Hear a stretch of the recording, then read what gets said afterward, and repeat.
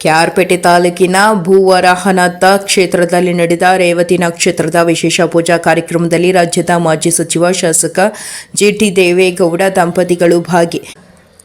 ಲೋಕ ಕಲ್ಯಾಣಾರ್ಥವಾಗಿ ವಿಶೇಷ ಪೂಜೆ ಹರಿದು ಬಂದ ಭಕ್ತಸಾಗರ. ಕೆಆರ್ಪೇಟೆ ತಾಲೂಕಿನ ಪುರಾಣ ಪ್ರಸಿದ್ಧ ಪುಣ್ಯಕ್ಷೇತ್ರ ಭೂವೈಕುಂಠವೆಂದೇ ಪ್ರಖ್ಯಾತವಾಗಿರುವ ಕಲ್ಲಹಳ್ಳಿಯ ಶ್ರೀ ಲಕ್ಷ್ಮೀ ಸಮೇತ ಭೂವರಾಹನಾಥ ಸ್ವಾಮಿ ಸುಕ್ಷೇತ್ರವು ತಿರುಮಲ ತಿರುಪತಿಯ ಮಾದರಿಯಲ್ಲಿ ಸಮಗ್ರವಾಗಿ ಅಭಿವೃದ್ಧಿ ಹೊಂದಿರುತ್ತದೆ ಎಂದು ರಾಜ್ಯದ ಮಾಜಿ ಸಚಿವರಾದ ಶಾಸಕ ಜಿಟಿ ದೇವೇಗೌಡ ಹೇಳಿದರು.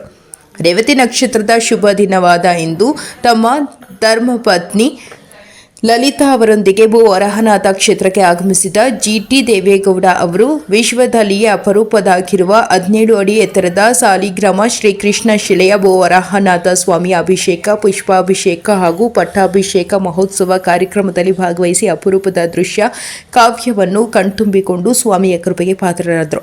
ಬೆಳಗ್ಗೆ 10 ಗಂಟೆಗೆ ಆರಂಭವಾದ ಅಭಿಷೇಕ ಕಾರ್ಯಕ್ರಮದಲ್ಲಿ 1000 ಲೀಟರ್ ಹಾಲು, 500 ಲೀಟರ್ ಎಳನೀರು, 500 ಲೀಟರ್ ಕಬ್ಬಿನ ಹಾಲು, ಜೇನುತುಪ್ಪ, ಹಸುವಿನ ತುಪ್ಪ, ಸುಗಂಧ ದ್ರವ್ಯಗಳು, ಅರಿಶಿನ, ಚಂದನ ಹಾಗೂ ಪವಿತ್ರ ಗಂಗಾಜಲದಿಂದ ಸ್ವಾಮಿಯ 17 ಅಡಿ ಎತ್ತರದ ಮೂರ್ತಿಗೆ ಅಭಿಷೇಕ ಮಾಡಿ ಮಲ್ಲಿಗೆ, ಜಾಜಿ, ಸಂಪಿಗೆ, ಸೇವಂತಿಗೆ, ಕನಕಾಂಬರ, ಕಮಲ, ಪವಿತ್ರ ಪತ್ರೆಗಳು, ಧವನ, ತುಳಸಿ ಸೇರಿದಂತೆ 58 ಬಗೆಯ ವಿವಿಧ ಅಪರೂಪದ ಪುಷ್ಪಗಳಿಂದ ಪುಷ್ಪಾಭಿಷೇಕ ನಡೆಸಿ ಪಟ್ಟಾಭಿಷೇಕ ಮಾಡಿ ಸಂಭ್ರಮಿಸಲಾಯಿತು. ರೇವತಿ ನಕ್ಷತ್ರದ ಶುಭ ದಿನದ ಅಂಗವಾಗಿ ನಡೆದ ಅಭಿಷೇಕ ಕಾರ್ಯಕ್ರಮದಲ್ಲಿ ರಾಜ್ಯದ ಮಾಜಿ ಸಚಿವರಾದ ಜಿಟಿ ದೇವೇಗೌಡ ಅವರು ತಮ್ಮ ಧರ್ಮಪತ್ನಿಯೊಂದಿಗೆ ಪೂಜಾ ಕಾರ್ಯಕ್ರಮದಲ್ಲಿ ಪಾಲ್ಗೊಂಡಿದ್ದಾರೆ. ವಿಧಾನ ಪರಿಷತ್ ಸದಸ್ಯರು ಜವರೇಗೌಡ ಅವರು ತಮ್ಮ ಧರ್ಮಪತ್ನಿಯೊಂದಿಗೆ ಪೂಜಾ ಕಾರ್ಯಕ್ರಮದಲ್ಲಿ ಭಾಗಿಯಾಗಿದ್ದರು.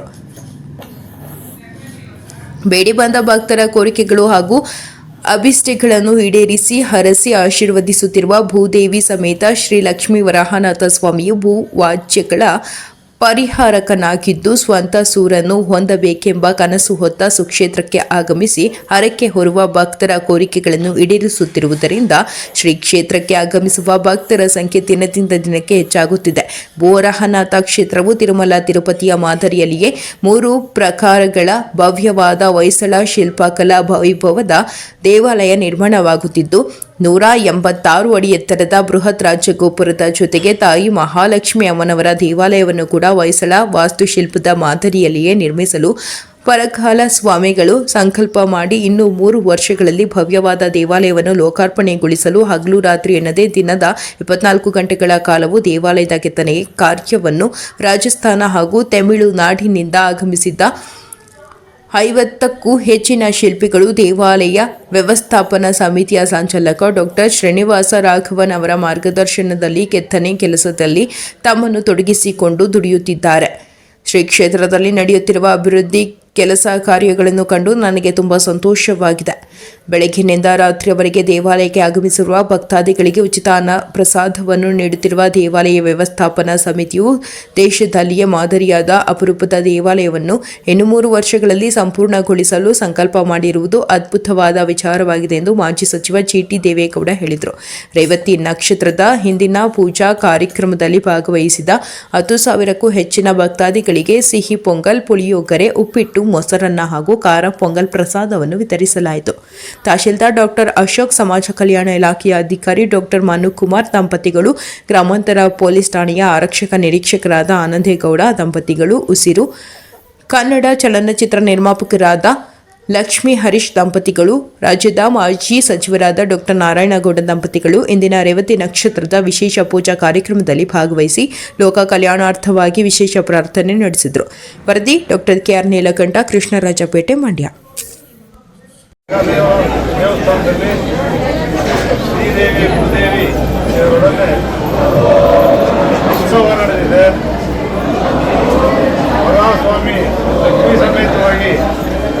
ಏನು ಆಸೀನರಾಗಿದ್ದಾರೆ. ಇವತ್ತು ಹಾಲಿನ ಅಭಿಷೇಕ, ಎಲ್ಲ ಪಂಚಾಮೃತ ಅಭಿಷೇಕ, ಹೂವಿನ ಅಭಿಷೇಕದೊಡನೆ ಪೂಜಾ ಕಾರ್ಯಕ್ರಮವನ್ನು ಸಹಸ್ರಾರು ಭಕ್ತಾದಿಗಳ ಸಮ್ಮುಖದಲ್ಲಿ ನೆರವೇರಿದೆ. ಈ ಸಂದರ್ಭದಲ್ಲಿ ರಾಘವನ್ರವರು ಮುಖ್ಯ ಅರ್ಚಕರಾಗಿ ಈ ದೇವಾಲಯದ ಸರ್ವತೋಮುಖ ಅಭಿವೃದ್ಧಿಗೆ ಸರ್ವ ಪ್ರಯತ್ನಗಳನ್ನು ಏನು ಮಾಡ್ತಾ ಇದ್ದಾರೆ, ಅತಿ ಶೀಘ್ರವಾಗಿ ಎಲ್ಲವೂ ಕೂಡ ಯಾರೂ ನಿರೀಕ್ಷೆ ಮಾಡದೇ ಇರ್ತಕ್ಕಂಥ ದಿನಗಳಲ್ಲಿ ತಿರುಪತಿಯಲ್ಲಿ ನಾವು ನೋಡ್ತೇವೆ. ಆ ರೀತಿಯಾದಂಥ ಒಂದು ವರಾಹ ಸ್ವಾಮಿಯ ದೇವಸ್ಥಾನವನ್ನು ನಿರ್ಮಾಣ ಮಾಡ್ತಕ್ಕಂಥದ್ದಕ್ಕೆ ದೇವರ ಆಶೀರ್ವಾದ ಆಗಿರೋದ್ರಿಂದ ಮಹಾಲಕ್ಷ್ಮಿ ದೇವಸ್ಥಾನವನ್ನು ಕೂಡ ನಿರ್ಮಾಣ ಮಾಡ್ತಕ್ಕಂಥದ್ದು ಕೂಡ ಭೂಮಿ ಪೂಜೆಯನ್ನು ಕೂಡ ಮಾಡಿದ್ದಾರೆ. ಸಪ್ತಮಾತ್ರಿಕಾ ದೇವಾಲಯವನ್ನು ಕೂಡ ಮಾಡಬೇಕು ಅಂತಕ್ಕಂಥ ದೃಷ್ಟಿಯನ್ನು ಇಟ್ಕೊಂಡಿದ್ದಾರೆ. ಎಲ್ಲವೂ ಕೂಡ ಈ ಪುಣ್ಯ ಭೂಮಿಯಲ್ಲಿ ಆ ವರಾಹ ಸ್ವಾಮಿಯ ಆಶೀರ್ವಾದ, ಭೂಮಿ ರಕ್ಷಣೆಯನ್ನು ಮಾಡಿರ್ತಕ್ಕಂಥ ವರಾಹ ಸ್ವಾಮಿಯ ಭೂದೇವಿಯನ್ನು ರಕ್ಷಣೆ ಮಾಡಿರ್ತಕ್ಕಂಥ ವರಾಹ ಸ್ವಾಮಿಯ ಲಕ್ಷ್ಮೀ ವರಾಹ ಸ್ವಾಮಿಯ ಆಶೀರ್ವಾದದಿಂದ ಎಲ್ಲವೂ ಕೂಡ ನೆರವೇರ್ತದೆ. ಬಂದ ಸರ್ವ ಜನರಿಗೂ ಕೂಡ ಅವರ ಮನಸ್ಸಿನಲ್ಲಿ ಪ್ರಾರ್ಥನೆ ಮಾಡ್ತಕ್ಕಂಥದ್ದು ಎಲ್ಲವನ್ನೂ ಕೂಡ ಆ ದೇವರು ನೆರವೇರಿಸ್ತಾ ಇರೋದ್ರಿಂದ ಭಕ್ತಾದಿಗಳ ಸಂಖ್ಯೆ ಜಾಸ್ತಿ ಬರ್ತಾ ಇದ್ದಾರೆ. ಅವರ ಆರೋಗ್ಯ, ಸುಖ, ಸಂತೋಷ, ಅವರ ಅಭಿಲಾಷೆಗಳು ಗೃಹ ನಿರ್ಮಾಣ ಮಾಡ್ತಕ್ಕಂಥದ್ದಿರ್ಬೋದು, ಭೂಮಿ ವ್ಯವಹಾರಗಳಿರ್ಬೋದು, ರಾಜಕೀಯ ಕ್ಷೇತ್ರದಲ್ಲಿರ್ಬೋದು, ಧಾರ್ಮಿಕ ಕ್ಷೇತ್ರದಲ್ಲಿರ್ಬೋದು, ದೇವಾಲಯಗಳನ್ನು ಕಟ್ಟಿಸ್ತಾ ಇದ್ದಾರೆ. ಅದಕ್ಕಿಂತ ಹೆಚ್ಚಾಗಿ ರಾಘವೇಂದ್ರವರ ನೇತೃತ್ವದಲ್ಲಿ ಎಲ್ಲ ಪುರೋಹಿತರು ಬಹಳ ಶ್ರದ್ಧೆಯಿಂದ, ಭಕ್ತಿಯಿಂದ, ಅದ್ಭುತವಾದಂಥ ಪ್ರೀತಿ ಭಕ್ತಿಯಿಂದ ಪೂಜಾ ಕಾರ್ಯಕ್ರಮವನ್ನು ನೆರವೇರಿಸ್ತಕ್ಕಂಥದ್ದು ಎಲ್ಲರೂ ಕೂಡ ಭಕ್ತಿ ತಂದಿದೆ, ಸಂತೋಷ ತಂದಿದೆ.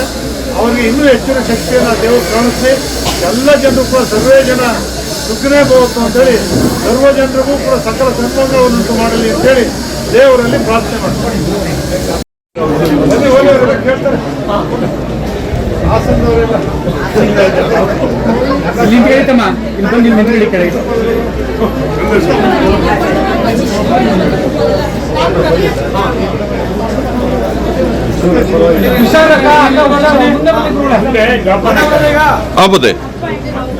ಇವತ್ತು ಭಗವಂತನಾದ ವರಾಹ ಸ್ವಾಮಿಗೆ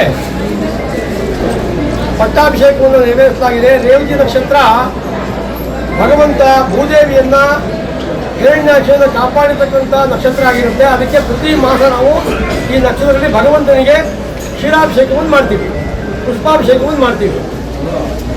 ಇವತ್ತಿನ ಮತ್ತೊಂದು ವಿಶೇಷ ಅಂದರೆ ಈ ತಿಂಗಳು ನಾವು ಈಗಾಗಲೇ ಹಿಂದೆ ಇಲ್ಲಿ ವೀರಬಲ್ಲಾಳ ದೇವರದೇವಿ ಮಹಾರಾಣಿ ಇಲ್ಲಿ 3ನೇ ಪ್ರಾಕಾರದಲ್ಲಿ ಮಹಾಲಕ್ಷ್ಮಿ ದೇವಸ್ಥಾನವನ್ನು ನಿರ್ಮಾಣ ಮಾಡಿದ್ದು.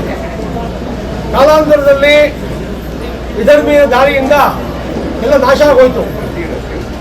ಒಂದು ಸ್ಕೆಲಿಟನ್ ಥರ ಉಳ್ಕೊಂಡಿತ್ತು ನಾನು ನೋಡಿದಾಗ 30 ವರ್ಷ ಹಿಂದೆ. ಅದು ಅಷ್ಟೇ. ಸಪ್ತಮಾತ್ರಿಕೆ ದೇವಸ್ಥಾನ ಇತ್ತು ಅಂತ ಹೇಳ್ತಾ ಇದ್ರು ಬಾಲಗೋಪಾಲ್ ಜೋಯಿಸರು.